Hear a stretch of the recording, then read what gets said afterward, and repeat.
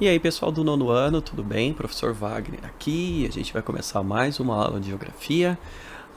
Eu mudei algumas coisas do planejamento, não era esse o assunto que eu ia tratar agora, mas eu resolvi dar uma adiantada.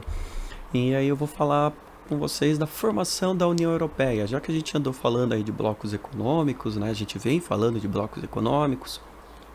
Eu acho que é bacana a gente entender como se formou a União Europeia, né? Esse bloco econômico extremamente forte, extremamente importante para os estudos geográficos, né? Tanto que quando a gente vai fazer alguns estudos sobre população, sobre a economia da Europa, geralmente a gente já vê pensando na União Europeia, né? Porque ela já faz esse tipo de pesquisa. Então vamos entender como se formou e que ela acaba servindo aí de inspiração para os outros blocos econômicos que existem no planeta, né?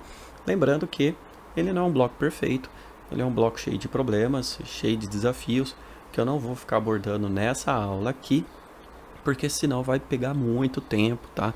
E aí acho que vale a pena a gente deixar para outros momentos, né? Mas pelo menos entender o básico, né? Para sacar como é que é tudo. Então vamos lá, uma aula aí mais tranquilinha pra gente, tá?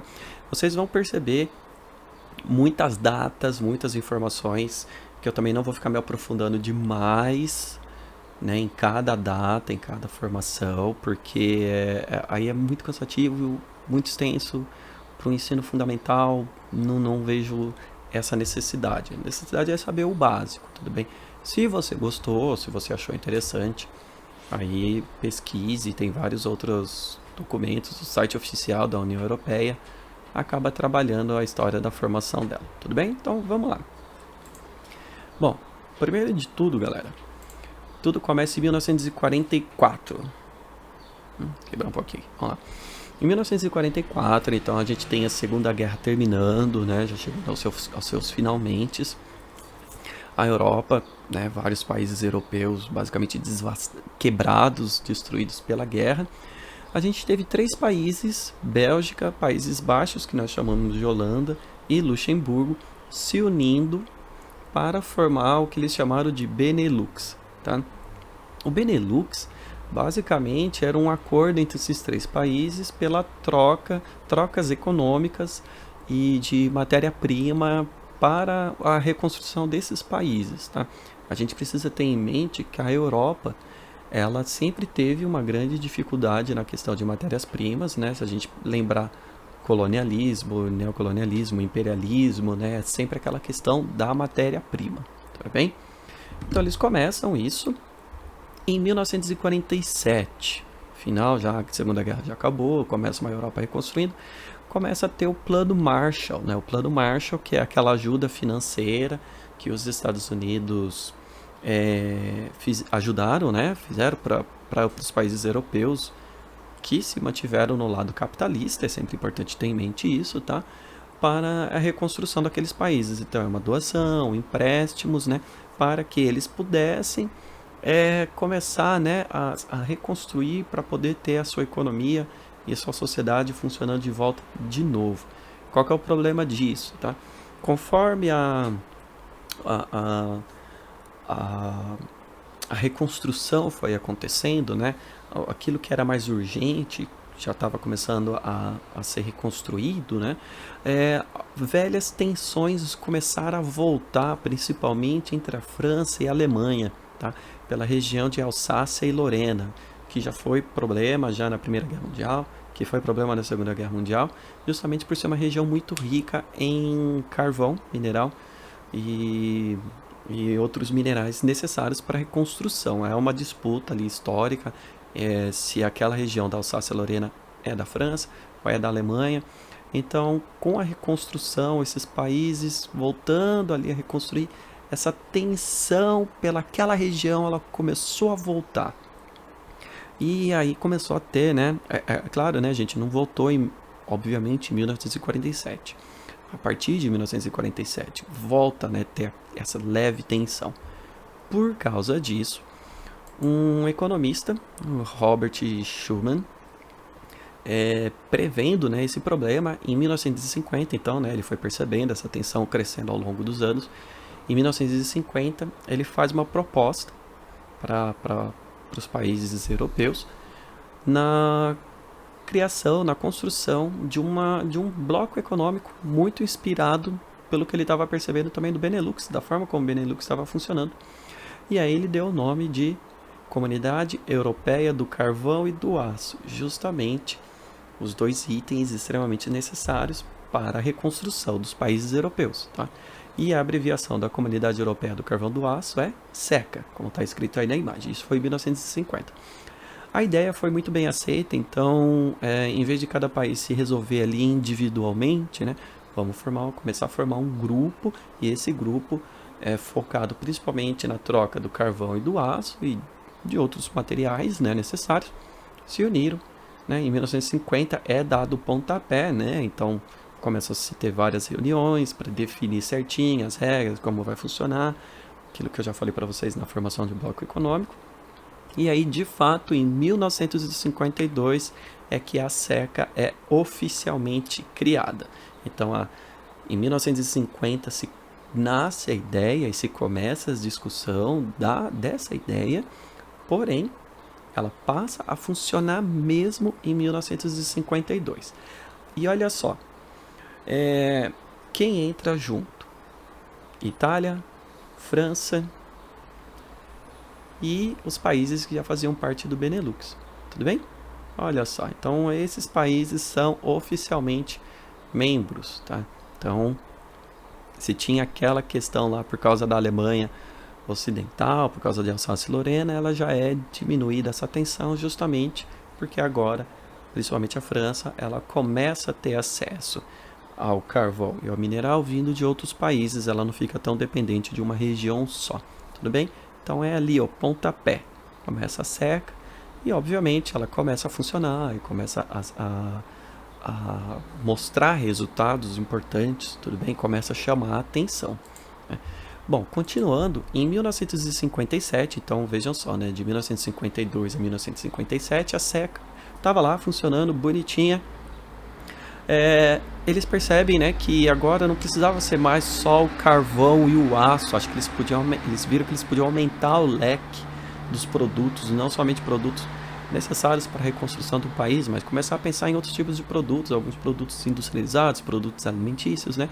E aí, em Roma, é criado, né, uma reunião que ficou conhecida como Tratado de Roma, a Comunidade Econômica Europeia, CEE. Então, a partir de aí, eles vão começar a integrar mais ainda as economias, né? Então, se a gente pegar lá naquela minha aula lá que eu expliquei quais são os níveis de integração do bloco econômico, então a gente já vê que a SECA, ela é o nível, o Benelux, né, e a SECA, era o nível mais básico de integração. Aí, a partir de 1957, se aumenta a integração, se começa a ir, né, para um nível mais profundo de integração das economias, tudo bem? Em 1957 também, eles aproveitam, né, junto com agora o novo bloco econômico, né, com o novo nome, mais integração, eles também criam a Comunidade Europeia de Energia Atômica, conhecida como Euratom, que existe ainda até hoje, tá? Que é uma cooperação energética entre os participantes. Então, eles vão ajudar para que todos desse grupo, né, desse bloco, possam ter acesso à energia elétrica necessária para a reconstrução e para a economia de um país, só que utilizando a energia nuclear, justamente pela dificuldade que eles têm em outras fontes de energia. A energia ali nuclear se mostra uma excelente vantagem para os países europeus. Tudo bem?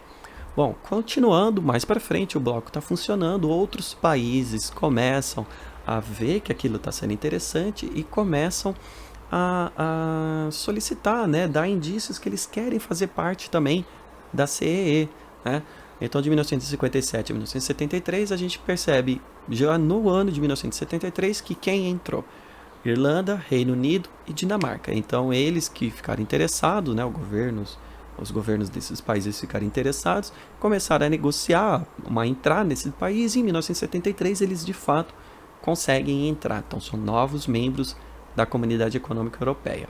Porém, em 1975, o Reino Unido ele faz um referendo para ver se a população queria ficar ou sair da CEE. tá? É o primeiro grande referendo que a gente vê na Inglaterra sobre essa questão de permanência em bloco econômico.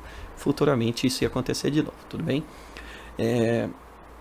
Que nesse referendo, né, que basicamente você consulta a população, se eles querem, se a população quer sair, se a população quer ficar, ganha a permanência, mas assim, foi uma vitória muito apertada, tá? Então havia ali um descontentamento do Reino Unido em ficar fazendo parte do bloco. O Reino Unido, galera, ele já tem um histórico de não se sentir pertencente à Europa, justamente, né, sobre o fato de ser uma ilha, mas também pela história história do Reino Unido.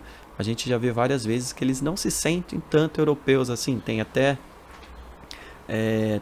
uma piada que diz, né, que aquela região é uma região do planeta, né, que tem muita névoa, né, e o que separa, né, o Reino Unido, a ilha, né, do resto do continente é um trecho com água chamado de canal, né, o Canal da Mancha. E aí quando está muito nevoeiro a um ponto de não conseguir enxergar o continente na Inglaterra, eles falam que a notícias nos jornais continente está isolado do Reino Unido, né? Então quando a gente pensa em ilha seria o contrário. Tudo bem, para vocês terem uma noção. Tá? Mas a população aceitou fazer parte, então o governo, independente de quem estivesse governando, tinha que aceitar isso e continuar fazendo parte, obedecendo às regras do bloco, tudo bem? Continuando a nossa história, em 1981 a Grécia entra, tá? Então ela vinha nesse processo, né, de poder entrar. Em 1981 ela faz parte, e aí em 1985 começa o espaço Schengen, eu não sei como fala corretamente, tá? Eu acho que é assim, que é o Acordo de Schengen, que é basicamente um acordo entre os países do bloco e alguns países que não entraram no bloco, mas gostaram da ideia, que permitia a livre circulação de pessoas entre esses países. Então, a partir de 1985, todo mundo que morasse em algum país que fizesse parte do bloco econômico, ele podia transitar de um país para o outro dentro do bloco econômico sem a necessidade de toda aquela burocracia de se tirar um passaporte. Bastava ter um documento oficial do seu governo identificando quem essa pessoa era. Alguns países que não eram, né, do bloco econômico, né, da CE, eles gostaram da ideia e também entraram. Então, assim, eu não faço parte do bloco econômico, mas eu quero fazer parte aí desse espaço de livre circulação entre pessoas.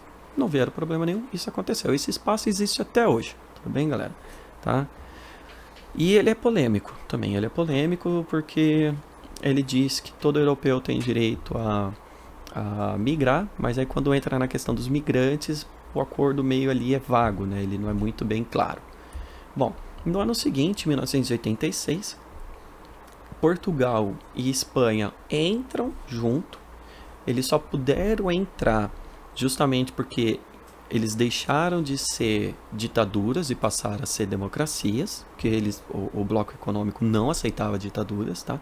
E com a entrada de Portugal e Espanha, se aumenta o nível de integração, e aí, em vez de Comunidade Econômica Europeia, muda o nome para Mercado Comum Europeu, que também ficou conhecido, né, como Europa dos 12, porque agora era um bloco econômico formado por 12 países europeus. Tudo bem? Tá?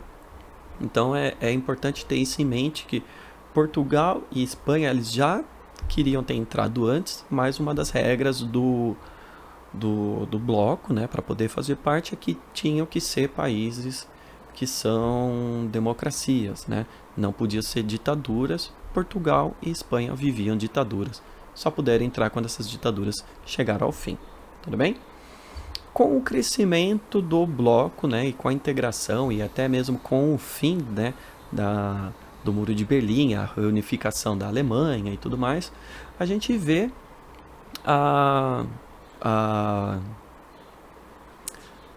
né, a necessidade deles quererem ampliar então o bloco.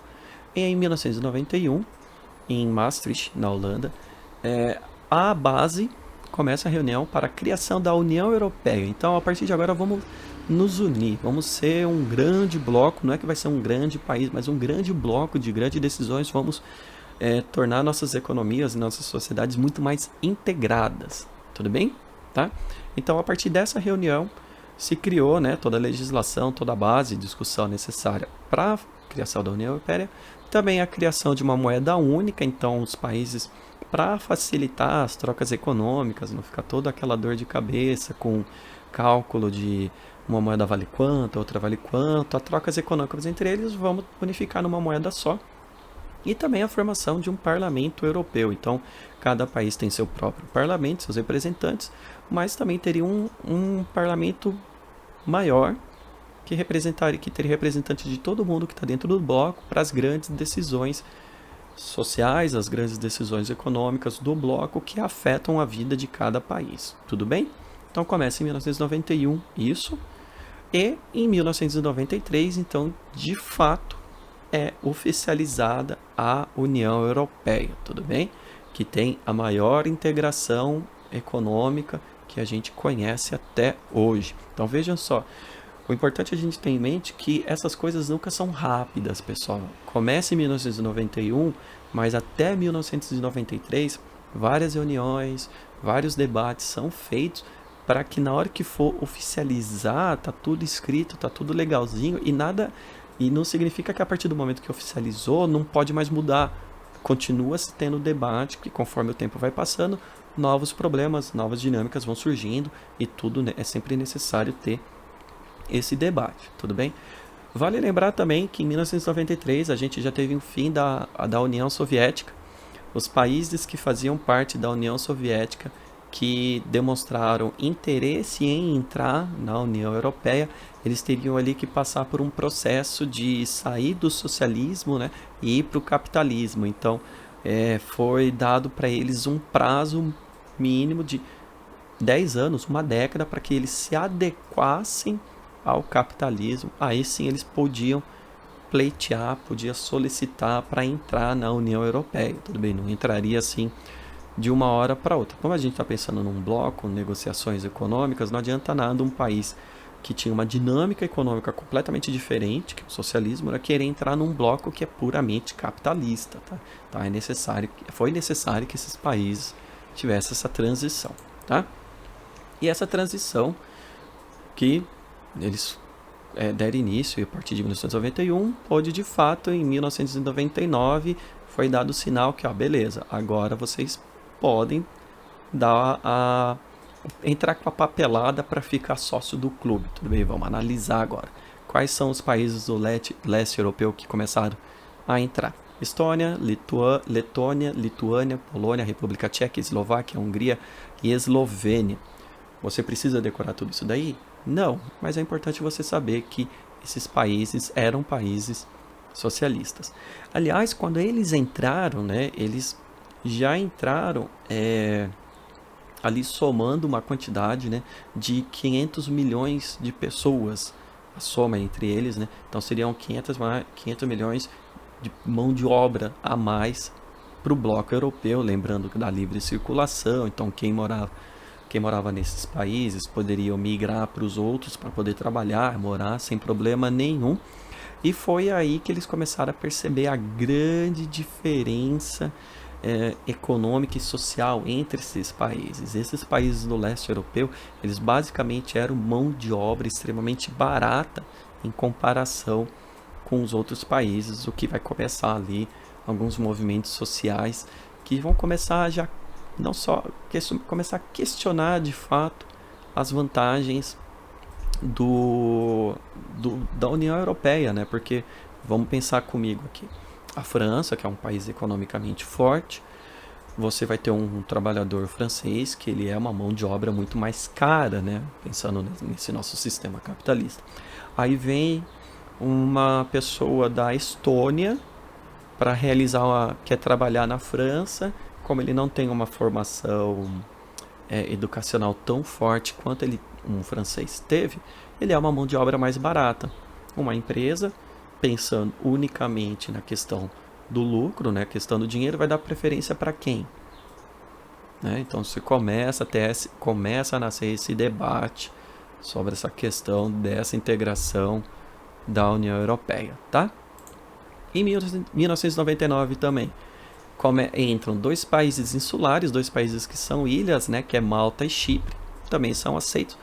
Malta e Chipre, eles tiveram uma questão ali mais pesada ainda para entrarem, porque são dois países muito famosos também ali na região pela questão da lavagem de dinheiro, de serem paraísos fiscais. Então eles tiveram, né, que começar a readequar a economia deles para não dar problema para o bloco de forma geral. Tudo bem? Já pensou você ter um bloco econômico em que em dois países desse bloco você consegue lavar o seu dinheiro com uma facilidade gigante? Isso ia dar dor de cabeça, com certeza, tá? Bom, continuando. No ano de 2002, o euro, aquela moeda que eles deram a base lá em 1991, passa a valer de fato em 2002. Era o tempo necessário que eles precisavam para que os países começassem a deixar a sua economia organizada e também começar a imprimir a moeda, se organizar, a ensinar a população como é que vai ser a partir de agora e também para aposentar suas antigas moedas, né?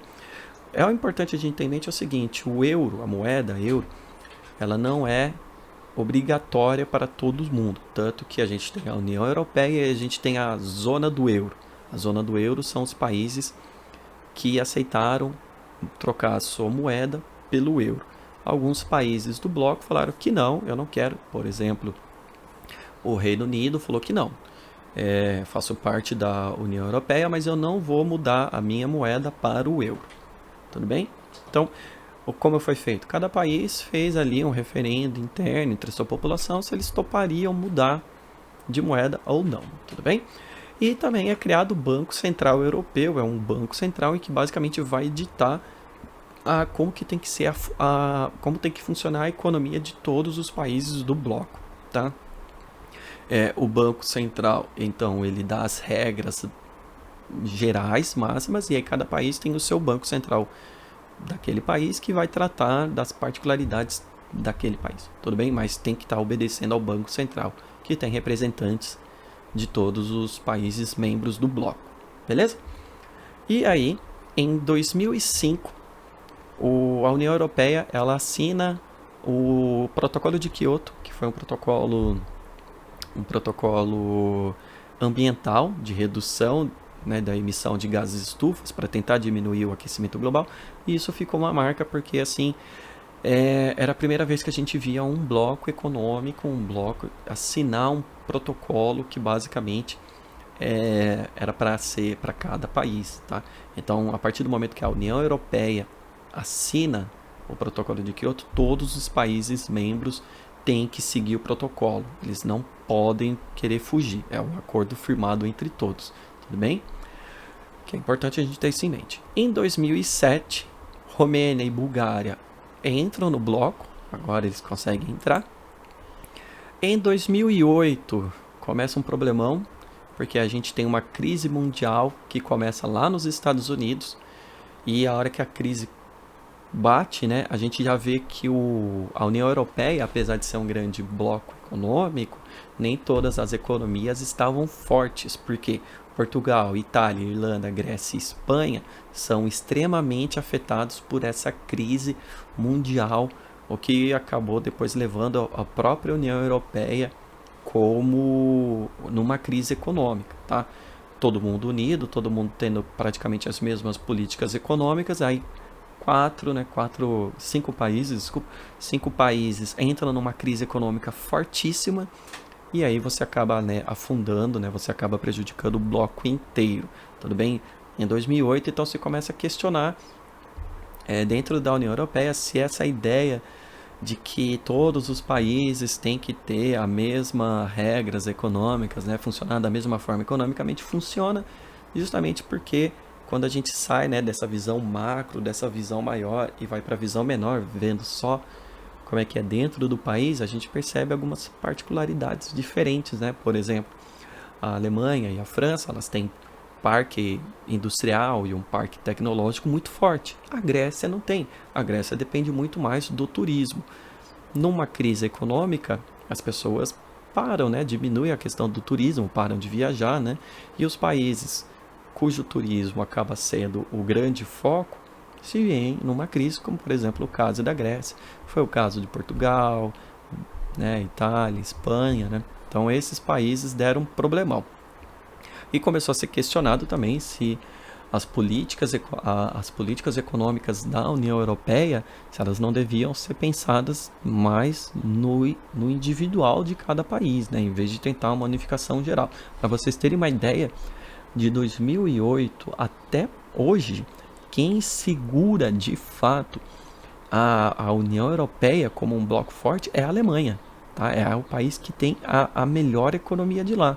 Não é à toa que nas grandes decisões da União Europeia, né, nas discussões internas, a decisão, o peso da Alemanha nas decisões é muito forte, justamente porque ele tem essa carta que, tipo, galera, sou eu que estou segurando economicamente esse bloco de se manter unido. Aliás, né, o fato de ficar dependendo muito só de um país até se questiona, né, você tem até o questionamento até quanto tempo a União Europeia ainda vai existir, tá?